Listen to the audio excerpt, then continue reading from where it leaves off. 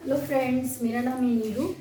और कल हमने पढ़ा था वाक्य, और इसमें मैंने बताया था कि वाक्य किसे कहते हैं, वाक्य के कितने भेद होते हैं। तो वाक्य के दो भेद होते हैं, एक होता है रचना के आधार पर और एक होता है अर्थ के आधार पर। रचना के आधार पर हमारे 3 भेद होते हैं और अर्थ के आधार पर हमारे कितने होते हैं, 8 भेद होते हैं। तो मैंने कल आपको बताया था कि हम भेद की जो डिटेल में वीडियो होगी, हमारी नेक्स्ट वीडियो आएगी। तो ये आज मैं आपके लिए लेके आई हूँ रचना के आधार पर कितने भेद होते हैं, 3। और इसको हम समझते हैं। चलिए, सरल वाक्यों को हम किस तरह से पहचानेंगे।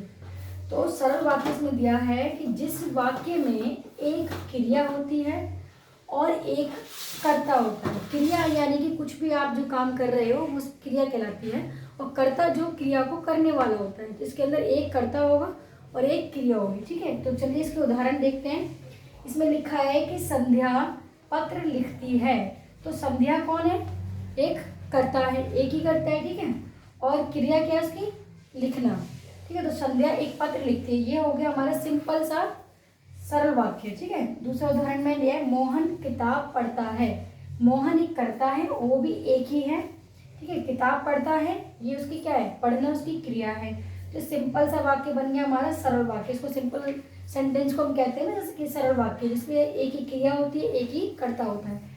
चलिए, हमारा सरल वाक्य तो हो गया। अब हम पढ़ते हैं मिश्र वाक्य किसे कहते हैं। फ्रेंड्स, इससे क्वेश्चन बहुत ज़्यादा आते हैं कि जैसे सिंपल दे देगा आपको कि सरल वाक्य पहचानो, इसमें मिश्र वाक्य पहचानो, या फिर संयुक्त वाक्य को देखें, ठीक है। तो सरल वाक्य तो आप इजिली पहचान जाओगे कि एक ही क्रिया होगी, उसमें एक ही कर्ता होता है। चलिए अब मिश्र वाक्य को देखते हैं।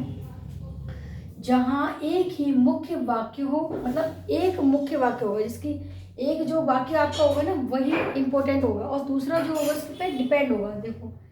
और अन्य वाक्य पर आश्रित हो, मतलब दूसरे वाक्य पे क्या होगा, वो आश्रित होगा, मतलब कि डिपेंड होगा, जैसे मैंने आपको पहले बताया। चलिए इसके उदाहरण देखते हैं। यदि मैं परिश्रम करता, ठीक है, यदि मैं परिश्रम करता तो सफल होता, ठीक है।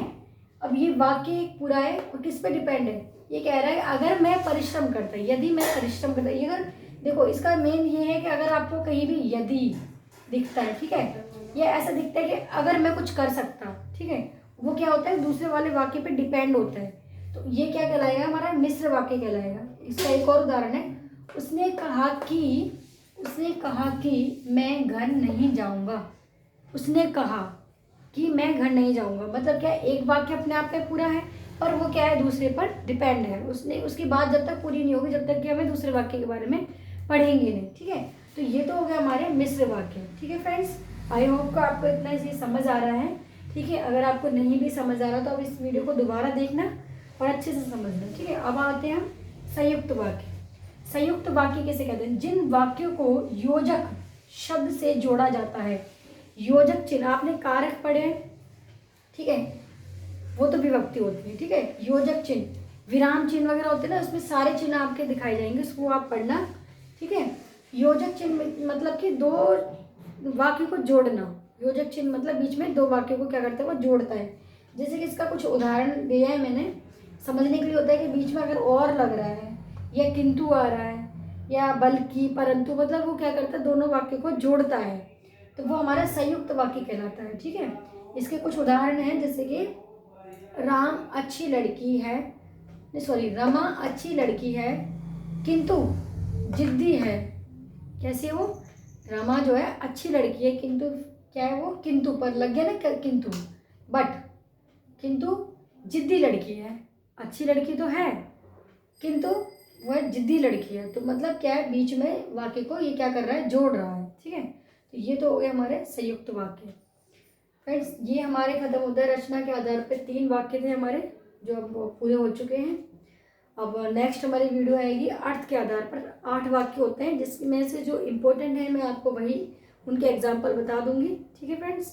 तो अब हम मिलेंगे नेक्स्ट वीडियो में।